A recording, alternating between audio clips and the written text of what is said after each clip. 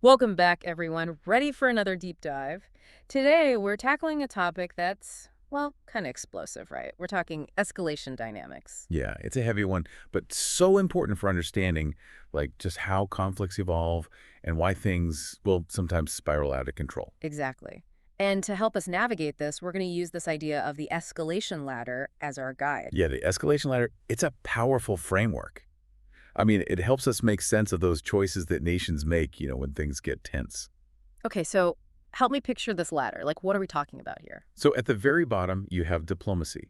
Those strongly worded statements, recalling ambassadors, trying to resolve things peacefully. Right, the talking stage of international relations. Aha, exactly. But then, as the tension rises, you start climbing. Sanctions, cyber attacks, maybe even limited military actions. Each rung, a step up in intensity and risk. Yeah, and the thing is, with each step, there's also, there's a chance for the other side to de-escalate, too. It's not a one-way street. So it's a high-stakes game of strategy where each move can either diffuse the situation or light the fuse. History's full of those moments, right? Where things could have gone either way. Oh, absolutely. Think about the Cuban Missile Crisis. I mean, the U.S. and the Soviet Union were, right on the edge of nuclear war. That's like the ultimate example of escalation, right? It really is.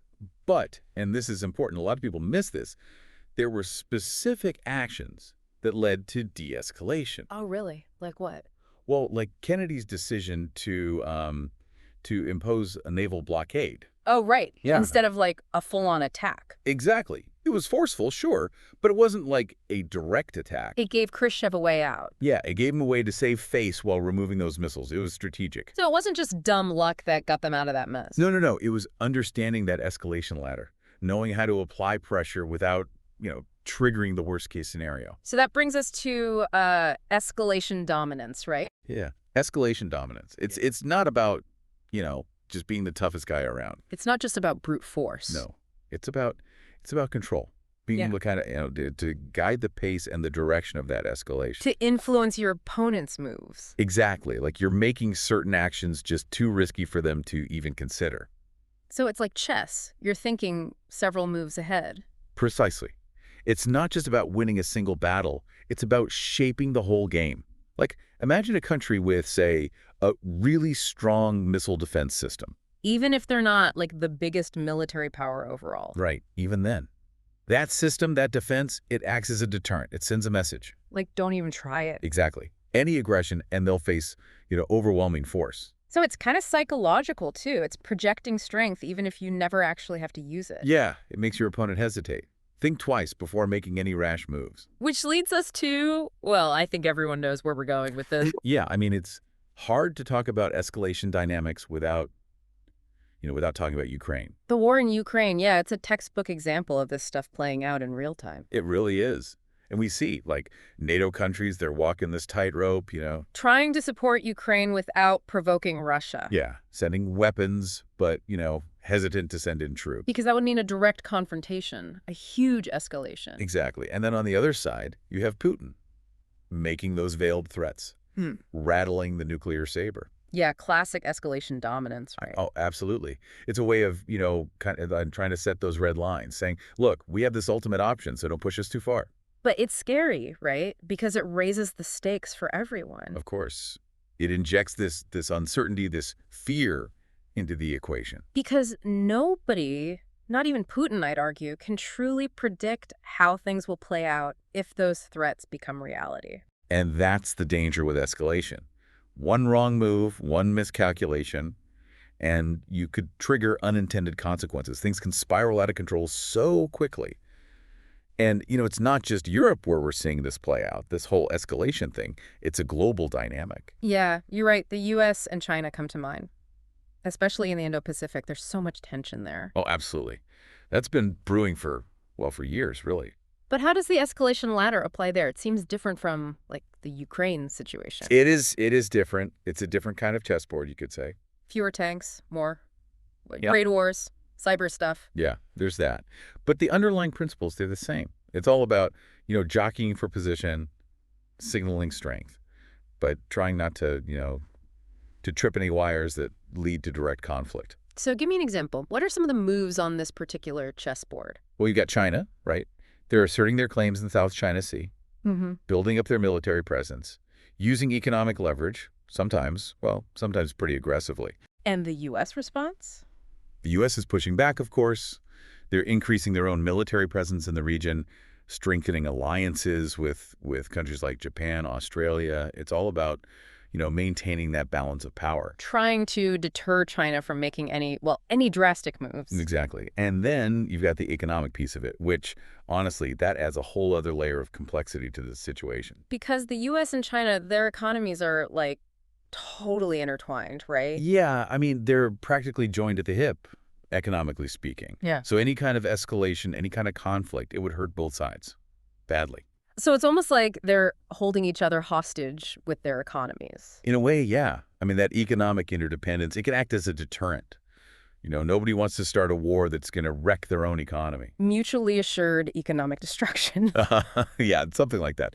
But it's not that simple, of course. I mean, this interdependence, it can be weaponized too. We see that with targeted sanctions, trade wars. So the weapons in this U.S.-China rivalry, they're not just the traditional kind. Right, we're talking economic leverage, Mm. diplomacy, Mm. even, the whole information war, trying to control the narrative.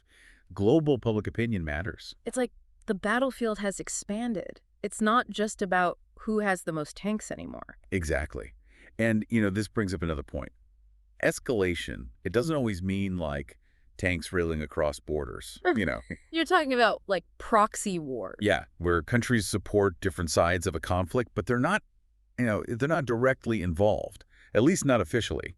It's a way of exerting influence without risking a full-blown confrontation. Like what we've seen in the Middle East with Iran and Saudi Arabia. Exactly. They're backing different groups, funding them, providing weapons. It's a way of fighting their battles through other people. Cyber attacks, drone strikes, supporting militias, Yeah. all under the radar. Right. It's all part of this kind of shadow war. It's happening in these gray zones of international relations. Where it's hard to tell who's doing what, and even harder to de-escalate, I imagine. You got it. That's a huge challenge these days. I mean, with technology advancing so fast, those lines between war and peace, they're getting blurry. So cyber warfare is a perfect example. Right, because how do you deter a cyber attack if you can't even, if you can't even be sure who's behind it? That's the million-dollar question, isn't it? Right. And it's one that, the policymakers are wrestling with right now. It's a whole new set of dilemmas. But this escalation ladder idea, it still seems relevant, right? Even in this new world of cyber warfare and proxy conflicts. Oh, absolutely. It's more important than ever, I'd say.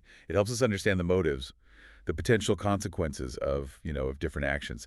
And hopefully, it can help us find ways to prevent things from spiraling totally out of control. It sounds like we're in uncharted territory in a way. Like the old rules of engagement, they don't quite apply anymore. Yeah, there's definitely some truth to that. I mean, the challenges they're significant, but I wouldn't say we're doomed to constant escalation and conflict. So there's hope. I think so.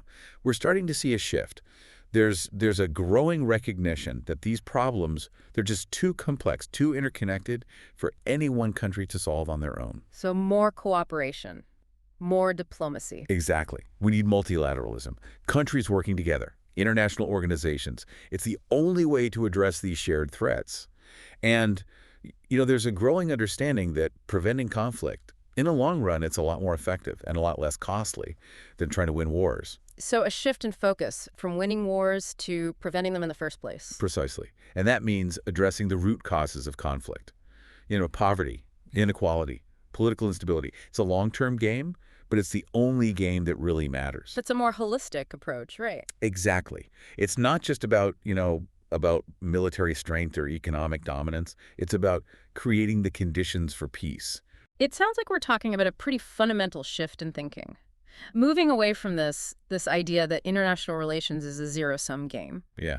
Where one side wins and the other side loses. It doesn't have to be that way. Yeah. We need to embrace a more collaborative approach where everyone benefits from a more peaceful and prosperous world. So less us versus them, more we're all in this together. That's the idea.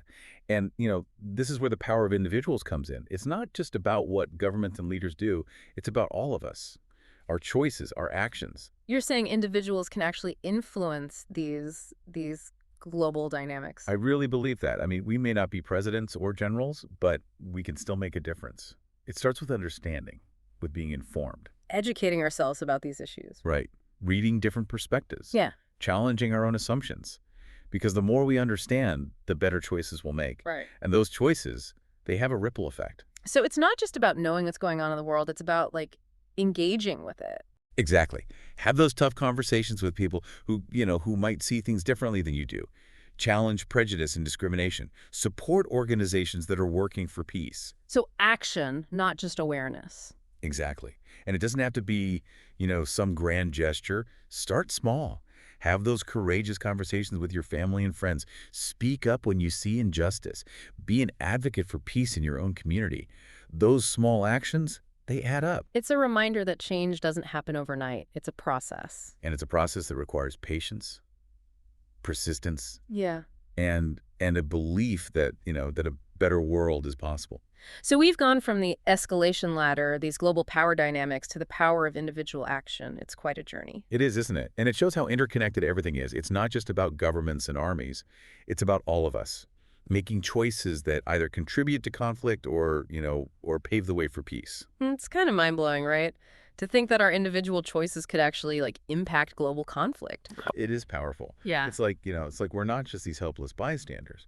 We can actually do something. So as we wrap up, I'm curious, like, what can our listeners actually do? How can they take these ideas and actually, apply them to their lives? Well, first things first, right?